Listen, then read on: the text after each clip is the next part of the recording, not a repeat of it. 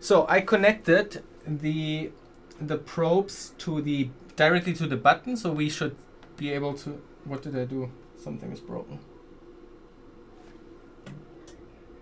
Oh fuck! I had a short circuit.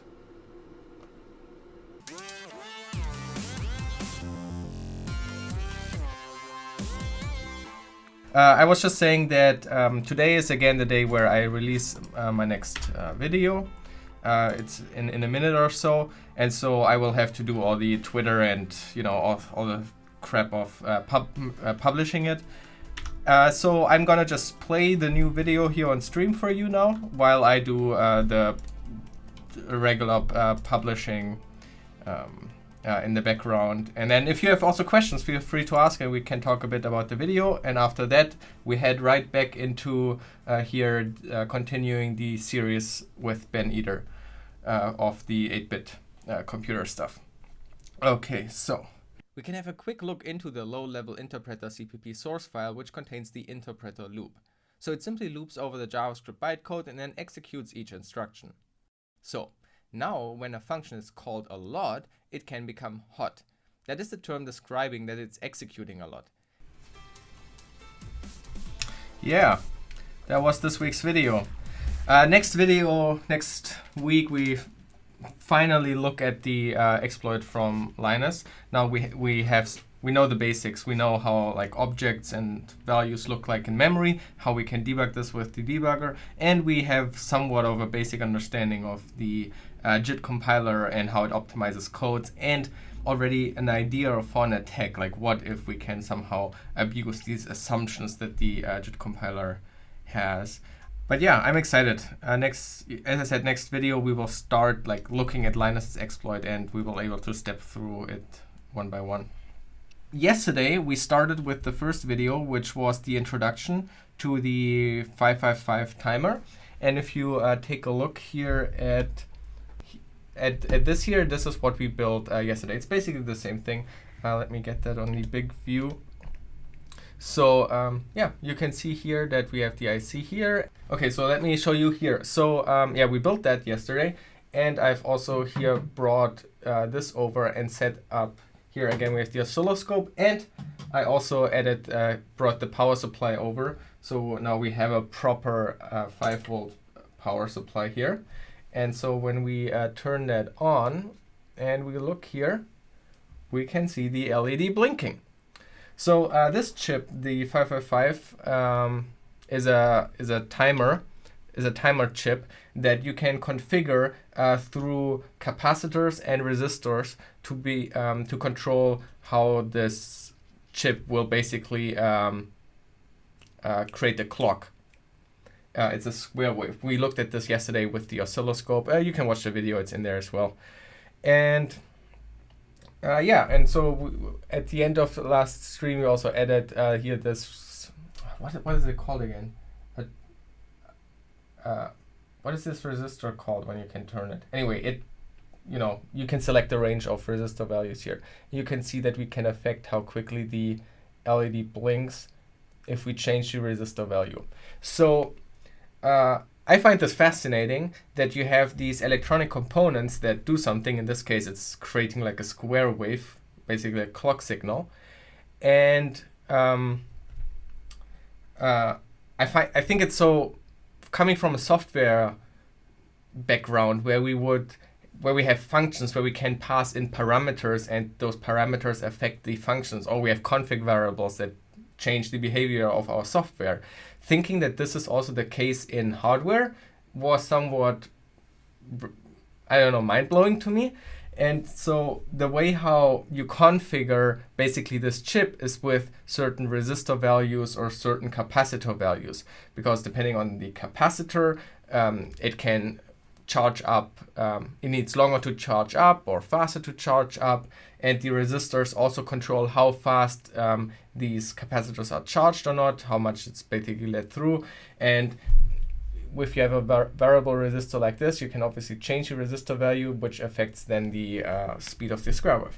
I think this is so fascinating that you can like configure and stuff hardware values as well. Are you planning to do a format like scanline?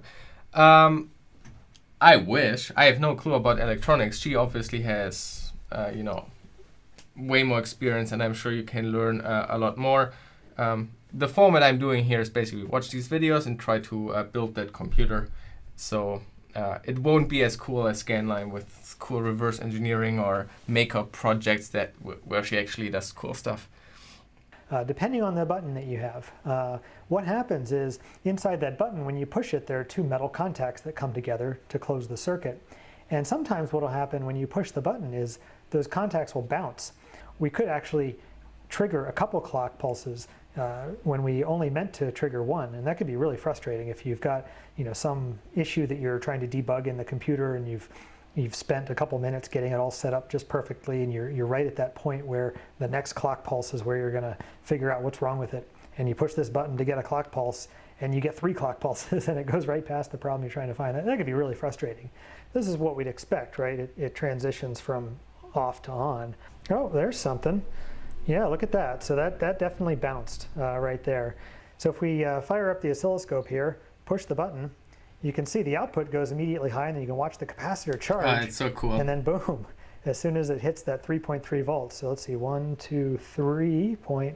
Yeah, 3.3 volts. Capacitor gets there, and boom, it just, that discharge pin flips, and the capacitor just instantly discharges. And then of course our output turns off then. And so you can see any bouncing that the switch is doing in here doesn't matter. Our output's already high. We've got that latch that's latched it high, and then, you know, as long as the capacitor will just charge away, and then boom, turns off. First of all, let me answer, or let's talk about quickly what was written in chat about the science and technology category. I don't think a lot of people like go into science and technology and find a view. There's, I think, a very small group, and then just chatting are a lot. And so my hope is that I maybe can catch a few people who were not even considering to do programming or electronics, and they stumble randomly then into such a stream, and then they might be interested in it. So rather than the people who are already totally into programming and are looking for that. We got the wire here. Let me show you this screen. Oh, thanks for the cheer. Okay, so we got the wire. We need the capacitor stuff. Let's take this. Then we have here the capacitors. We need, so this LED is not so great. So I have here in this box is everything that I ordered from the part list from Ben Eater. You can find the part list on his website. Can't get over how many breadboards this is. It's crazy. So I have a red-green weakness. Is that a yellow LED or is it a green LED that he was using there? It's green yellowish. Okay. It's yellow. Okay. Yeah, that makes sense because I ordered also way more yellow than I ordered green, so that makes sense, I guess. Oops, what kind of buttons did I buy? Okay, yeah, let's build this circuit here again first, properly, nicely cut everything. Okay, so that looks a bit nicer, I guess. Now I'm like really not sure. Like it's good enough, right?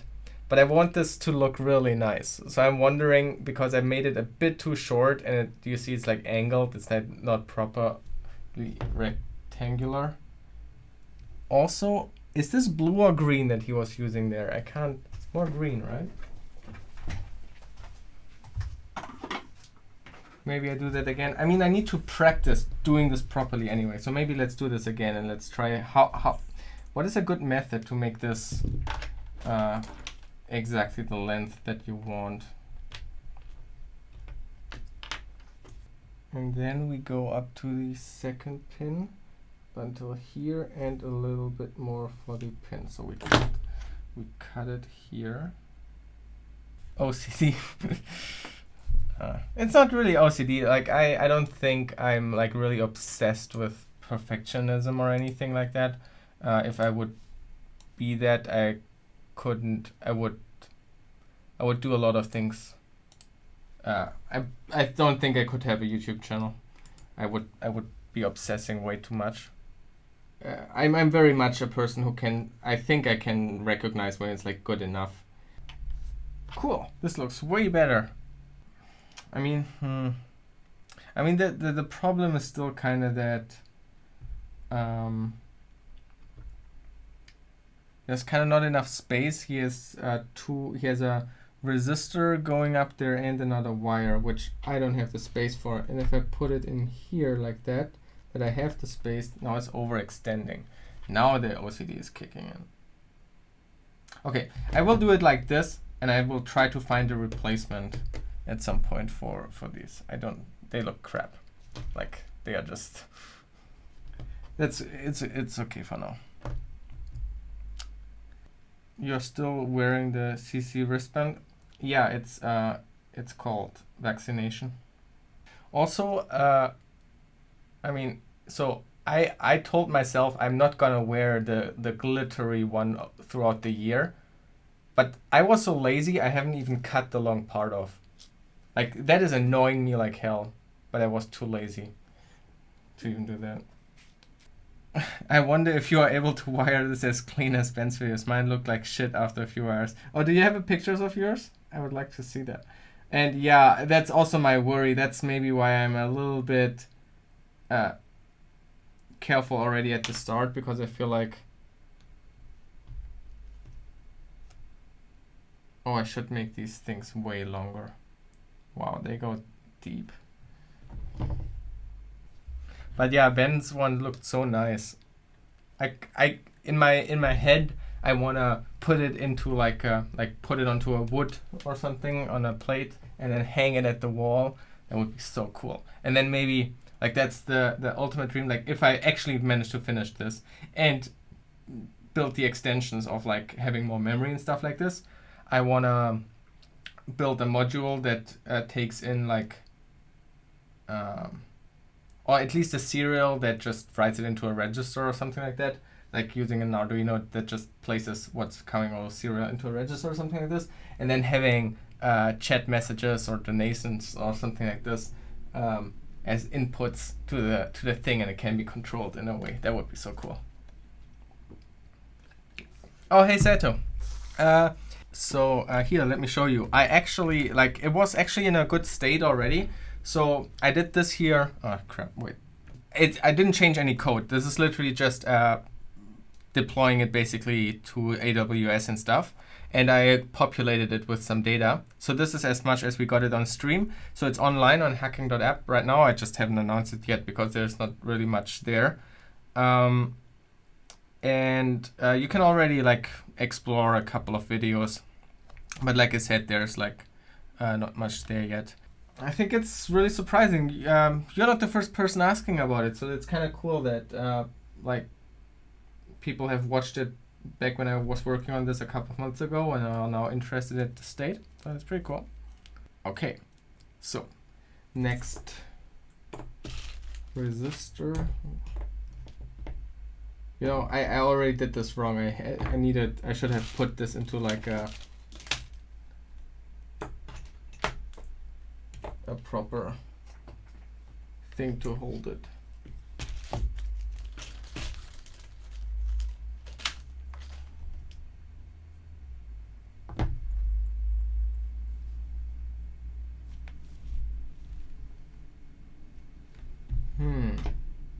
Anybody experience with bending kind of stuff like this? Is there a cool tool, or because this one is not fine enough. When I close this, then there are gaps, as you can see. I can't really hold it too tight to properly bend. Oh, thanks for the sub, Saito. Yeah, now that I have the last time I streamed was I think last year in December or something. So since the start of the year, if you haven't heard yet, I finally registered a business, so I can finally also make use of subscriptions and all that, and add money and stuff like that. So now I can claim income. Is there possible to do some pen testing today? Yeah, for sure, we can do some pen testing. I can't find my proper pen testing gear right now. I don't know where my proper pen testing gear is, but so I only got like this pencil right now, which is a bit light, so it's not as good. So yeah, this pen is way too light. With a lot of practice it still works, but it doesn't look as smooth and it's not as well controllable as other pens. Yeah, that's also my fear. I mean, like, it doesn't look as clean as Ben Eater's, obviously, but this is how I imagine mine to also look like. Or that's kind of like, I think this is what happens when you just do it, right? So I don't understand the magic that Ben Eater is doing. It starts with simple stuff, like this long yellow line, for example, you know, is not perfectly straight and stuff like this. How do you make it as nice as Ben Eater's stuff? I don't understand. I hope that and I also would think if I would do it by myself, I might also give up. Like as soon as I have, like I could do it for a couple of days and then real life would catch up with me and I would have other responsibilities to take care of and then I would lose interest. I have a very obsessive kind of like personality, so if I get into stuff, I really get into stuff. And then I also quickly lose interest again and move on to something else. And YouTube has been an amazing incentive for me to keep sticking to stuff. And it has worked out so well for me. It still kind of amazes me that I'm able to consistently do YouTube. And so I mentioned it yesterday in the stream already. I hope that Twitch also helps me with a proper schedule, and because my life is like in a complete screwed up schedule, and also sticking to this. Like if I have like the pressure and the stuff to do this on stream and tell myself to finish this on stream, I hope this will provide enough pressure and motivation. Thanks for the sub, Procker. Are you born in 91? If that's the case, you're my age. How much were all the parts? That's a good question. So on the Ben Eater website, you find the parts list, where he also listed the price. So it's about $250 to $300. You can also buy it. He sells kits, which I would have totally done if I was in the US.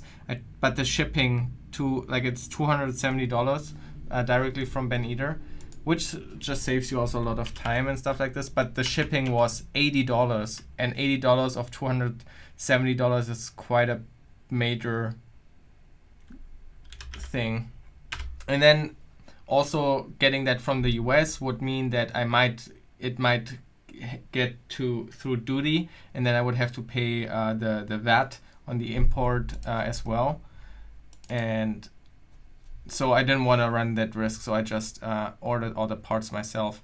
I've done a spreadsheet for myself where I ordered the parts in Germany, or I actually ordered also still from the US some things, but through a proper shop that handles the import things, mainly for the breadboards, because he uses good quality breadboards. And so I came to 240 euros was my order, everything. I might clean up this spreadsheet that I have and share that at some point too.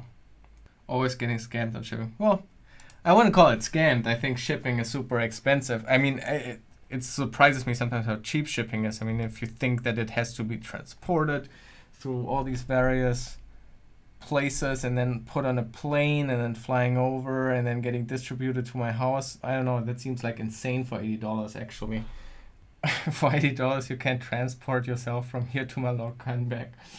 Yeah, well, Mallorca is also still Germany, so that's cheaper. I know it's the weird part of Germany where everybody's wasted.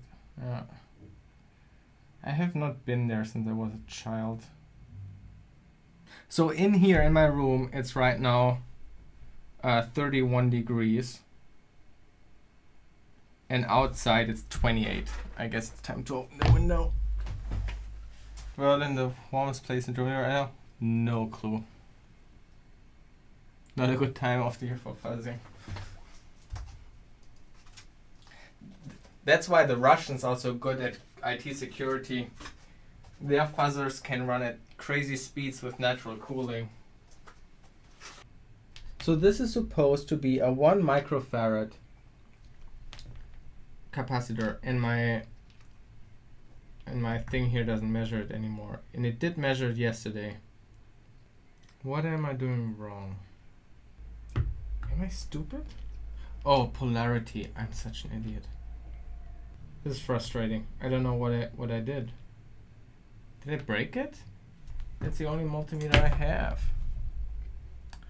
Okay, so yeah, maybe debug with me here. Did I select the wrong thing? So I put it on 200 micro because it's the only one close in the range. 1 microfarad. And it showed up yesterday. I measured it. Like, I'm 95% sure I measured this yesterday. Yeah, I can measure capacity. It has a micro. I also thought polarity. That was the first mistake I realized I was doing, and then I switched it, and it still didn't show up. No, I'm not talking about C temperature. Look here. Like here, microfarad. Or am I completely stupid? That is always also a possibility. Come on. Okay, what else would this measure meant to be? M or micro? What would it measure here on this scale? That's the capacitors, no? And I'm 100% sure we measured this yesterday as well. Didn't we? This is AC voltage, and here's DC voltage. Oh, microampere.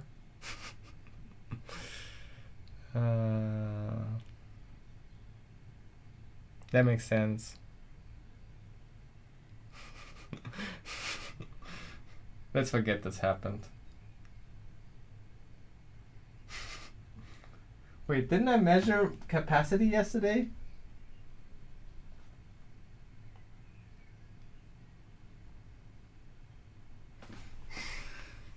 Oh my god. This is the good thing with the internet and recording yourself. I cannot tell myself, like, you are wrong, because clearly the evidence is there in the recording that I didn't.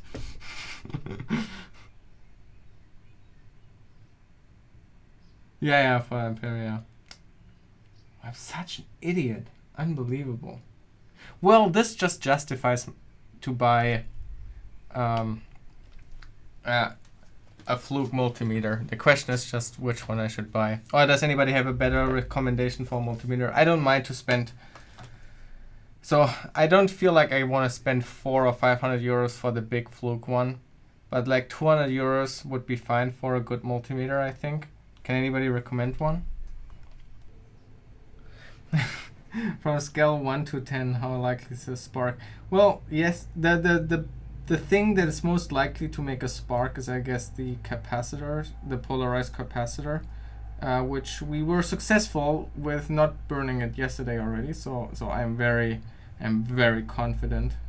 By the way, I really like your YouTube videos, but I understand 10% of what you are explaining them, but somewhat I watch some massive interest. That is cool. Thank you so much. And my theory is actually that you probably understand more than you might think.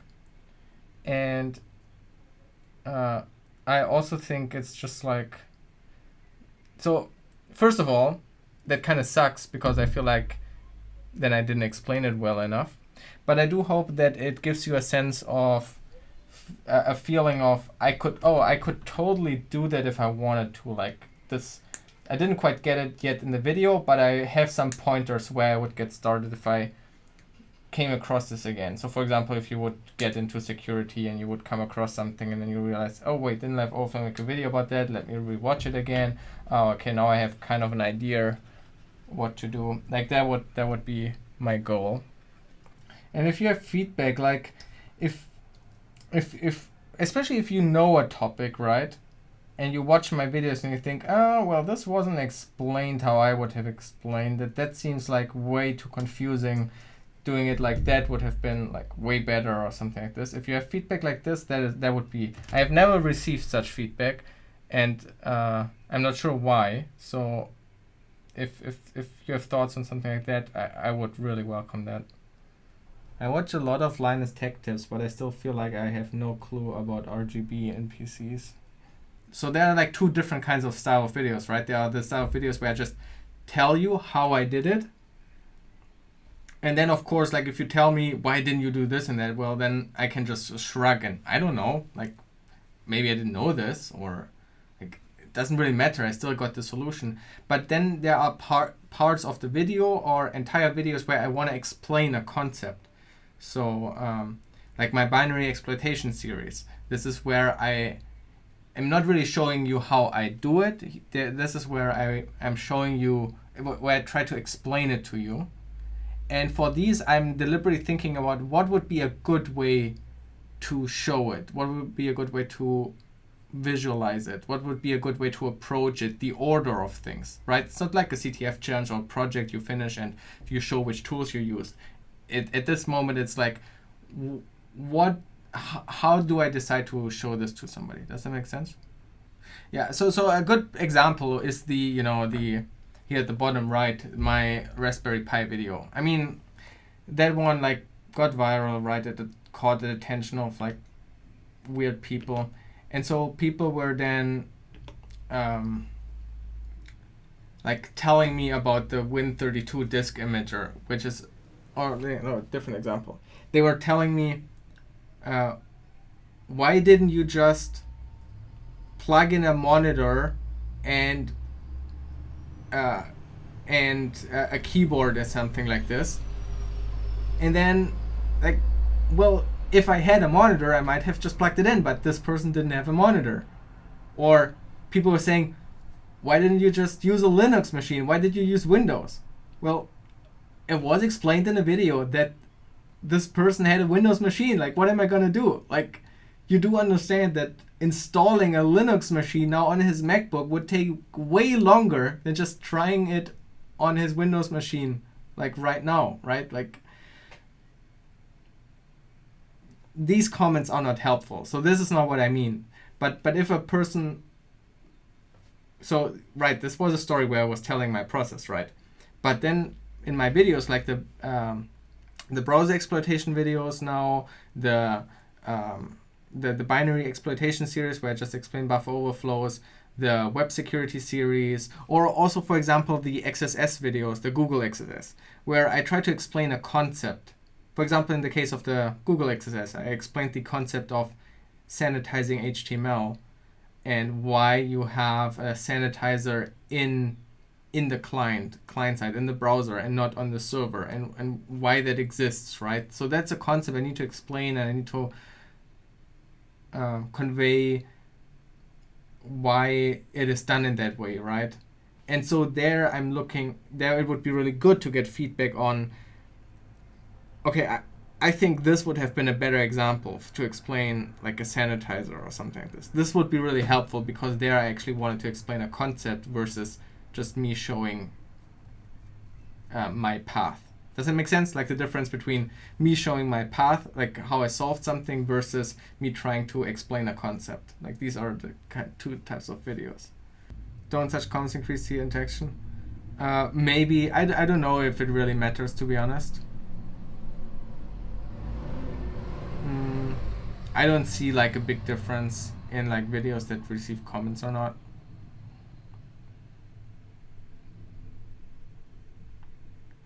To be honest, at this point, I only think what matters for YouTube algorithm is the click-through rate. So how many people, like if you have a front page of YouTube and your video shows up, what is the percentage of people that click on your video versus all the other videos? And then the retention rate. How long can you keep the person on that video before they go somewhere else? And that also goes into how do you keep them on the video? Like, does your video make them want to watch more, or will they move away? and do something else. I think that's the only thing that matters. So you're looking for what was missing in my explanation, what was hard to understand. Yeah, exactly. Like I'm sure there are a lot of like small details that I could have mentioned, or, you know, like, for example, if you want to explain a computer, you can do it like bottom up. You can start with the transistors and the chips, and then you build up slowly what a computer works. Or you can do it top down. You can start with, look, here's software, here's a web server, and here is the operating system, and that's running on chips, and you go down, right? These are, for example, two different strategies how you could explain how a computer works. Which one is the right one? I don't know, but I would maybe choose one method to do it, and then I would really appreciate another person saying, look, I think a top-down would have been here better because for these and that reasons, and I would have shown these examples or something like this. Like, that would be really helpful. Lives are a thing now? You mean live streaming? I mean, it's the second live stream I started yesterday. Sorry, okay, we got distracted. Is this done now? I think this is done now, right? Also, maybe I want to turn down the ampere. I haven't properly...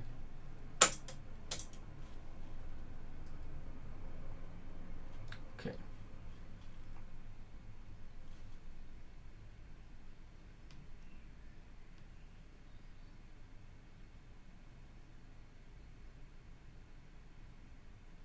Uh-oh.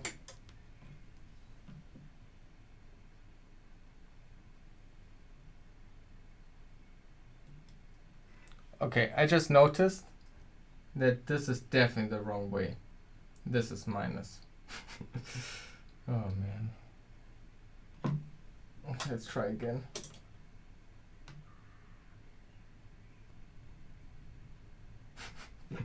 Okay, so what did I screw up? So pin 1 is connected to ground. I got that.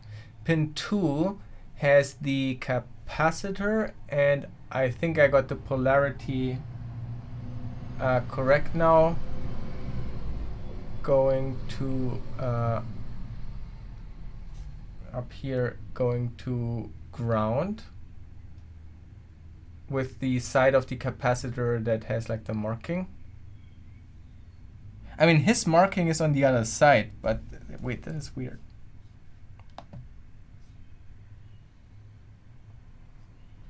I think his capacitor must have a different polarization marking because that's negative, right?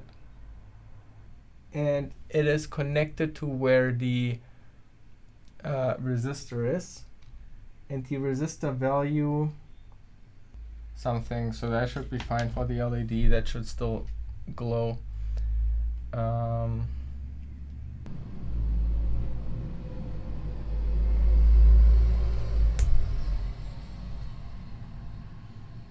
Thanks, Bang Pow.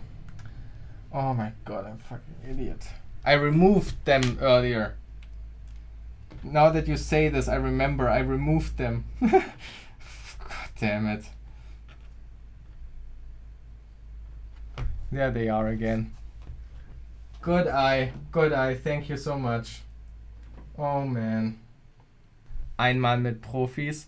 Like, at one time with professionals would be nice. Now it's blinking. Oh my gosh, Bangpo, thanks so much. Yeah, I love that shirt. I love it so much that I worry of wearing it too much and destroying it. Okay, cool. Yeah, so this works. Let's not procrastinate. We are already streaming for over 2 hours again, and we haven't actually done the second video yet. So let me quickly build that bridge cable here. This black and white over the black and red one over here, and then we quickly do the debouncing circuit. Program in C, it's difficult. It's not sure what you mean by that, because in some sense C is extremely simple. C only has a few concepts that you need to understand, and they translate very well to assembly. So you have a very good understanding of if you're not like C and assembly kind of go hand in hand, and if you understand these two things, you can debug them. It's very easy to understand. There's really not much magic going on. Pointers might seem weird at the beginning, but if you look and debug assembly for like a little bit, it's so easy. It's so basic to understand. So it's not difficult from that sense, but creating a good application with it that is bug-free, that doesn't have memory corruption issues, that I think is very difficult. So in some sense, programming in C is very difficult, and in some sense, it's very basic. Are you doing physical hacking too at your job, like entering building without permission? No, not at all. I have never done this kind of pen testing. I basically only do like either black box testing against applications, or what I prefer more is like source code audits and looking for vulnerabilities there. I'm also a terrible actor, and I'm extremely nervous in person, and I could never, I don't think I could do that at all. Like going into a building and trying that. Oh my gosh, I would shit my pants. On some way, it's like awesome that how viral it went and how many people found it and saw the video, which makes me obviously proud because, you know, I spent so much time on it and I think it's a fun video. But then again, it's also a very embarrassing video because I was having did so many mistakes, and I decided to leave them in. So that's kind of like, I don't know. Like I met somebody the other day at a conference, and he didn't know that I have a YouTube channel, and he was checking it out. And then the next day, he came again and said, "Oh, I checked out your YouTube channel. I watched one video," and I asked him, "Which one did you watch?" And then he said the Raspberry Pi video, and then I felt a bit embarrassed. And then I told him, "Please watch a different video." Your wiring techniques. What did you use for wiring? You weren't here yesterday, right? I mentioned that I ordered these from the US because I couldn't find this kind of rigid or like one core wire that are, you know, you see they are like they're not floppy or anything like that. You know what I mean? I couldn't find them in Germany, so I imported these from the US. I could only find them in different like sizes, and I was not sure if they would work on the breadboard, and this is the size Ben Eder was using. Something made a weird sound I've never heard before. What was that?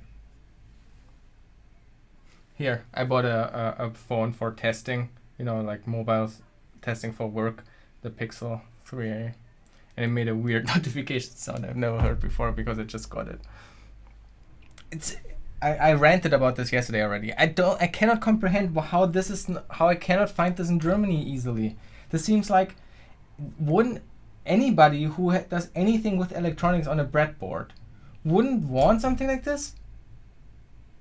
Like, is there something I'm completely overlooking here, and how people solve this problem differently? Like, I don't understand. Is this really our only choice that we have, these overpriced pre-made ones? And jumper wires, you are right. I completely forgot about that. Yeah, of course, jumper wires. But then again, it looks all shitty. But yeah, you are right. That makes sense. Jumper wires, yeah. Maybe I need to rearrange my whole desk thing. I was thinking, like, you see over here the white table where this laptop is laying. So I thought about like moving this whole, like this setup here over there. Wait, how would this look like if I would like work like here? Then you can see my hunched back. I'm not sure if I want that. But then I could maybe also move the camera like over here in that corner maybe. But then you see that part of the room which looks crap. Oh man, everything sucks.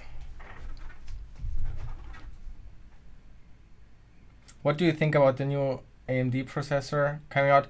I have absolutely zero clue what it is about. I know nothing about computers. I'm a person who buys MacBooks. Okay, that should tell you everything. But for my defense, like the stream, the computer screen you are seeing is coming here from my Linux laptop. Okay, so pin 6 and 7 are connected. We got that, and then 7 has a 1 meg going to VCC, and then 6 has on the other side, so 0.1 microfarad going to ground. Oh, I'm such an idiot. Yes, he did that. Okay. Let me be honest with you. I don't understand pull-up resistors and pull-down resistors. I do, so I kind of know that you like where you place them, but I don't really get it.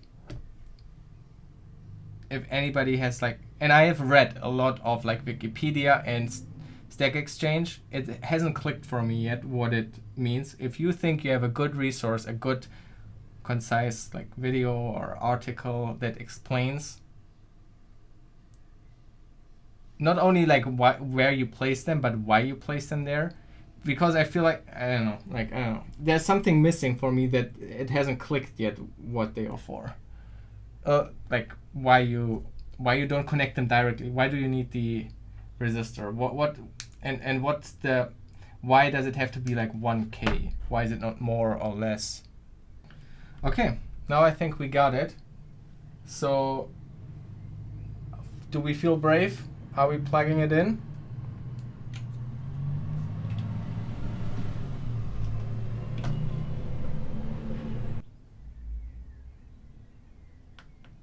Okay, we definitely screwed something up because it's not blinking. Oh wait, oops, I'm an idiot. I connected the oscilloscope. Cool. Okay, so now it's blinking. Now let's press the button. Okay, when you press it, it turns on. Okay, so now let's look at this in the oscilloscope, and then we can also soon wrap up this stream. Yeah, okay, so maybe that's the problem I have. The resistor value isn't that important. It's just to prevent having a short circuit. And that's what I don't understand, because every wire has a resistance. So, I mean, it might have like 0.1 ohm or something like this, right? It might, or 1 ohm or whatever, it might be super small. But everything has a resistance. So, at one point, and where is that point? Does it go from a damaging short circuit to like not damaging? And why do we usually use like 1K? Why do we not just say any resistor over 500 ohm or something like this works? Like with a near 0 ohm resistor, you will get nearly infinite current consumption. So if you have, right, so if they're in that formula, I equals to voltage divided by resistance. If it's the smaller it is, the larger the value gets. Okay, that makes sense. Okay, yeah, okay. Okay, now I think I get it. Now looking at this formula again, like I equals something, and then the resistor value, the smaller it gets, the higher the current will be, and that's a problem. So you can limit the current flow. Yeah, and based on, because we often work with 5 volt, that's why like 1K is like a good reasonable amount. But theoretically we could also, and we don't go too high, because does it matter if we go like, does it matter if we go like 1 meg ohm? Would that be a problem? So I connected the probes directly to the button, so we should be able to, what did I do? Something is broken. Oh fuck. I had a short circuit. Okay, still seems to work. One of the pins touched, so the ground rail here touched the VCC, and you maybe heard the relay clicking of the power supply, cutting off the power because of the short circuit. Oh my god. Okay, so wait, let me think. So Yellow is the output of the button. No, wait, that's not true. Wait. There we go. Okay. So we can see here, yellow is the state of the button. It's high all the time, and when we press, it drops down to 0, and when we release it, it goes up again. When we try to press like super short, we see that it drops down the press, and then I release and it goes back up. And then, so now the button is up again. And blue is the output of the 555. So you can see that the 555 then kept it longer on and then went down. And blue will always be consistently the same length, except we keep the button pressed longer, of course. So no matter how short we press, the output of the 555 will always be that high.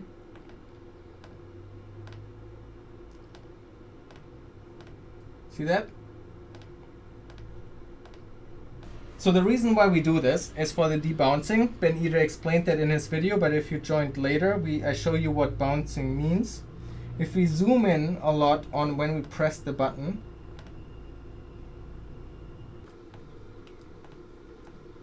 okay, well, this is a great demo. There we go.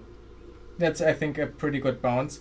So it went down and then went up again, and then finally it went down.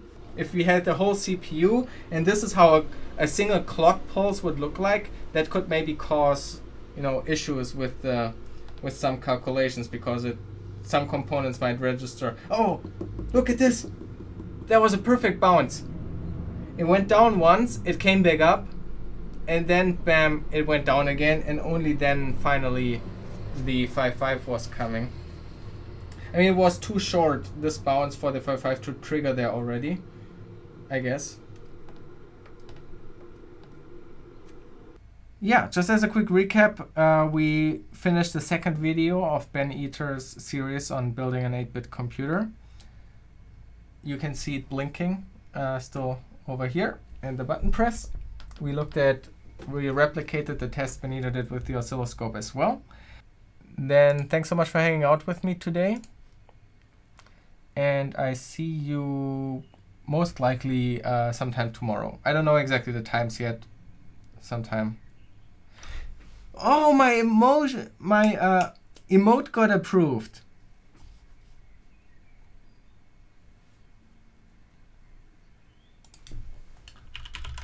You are the first person to... I didn't even try out this emote because it wasn't approved yet. Oh shit, I did it wrong. Okay, awesome. Cool. Again, thanks so much for hanging out. See you probably tomorrow. I don't know the time yet.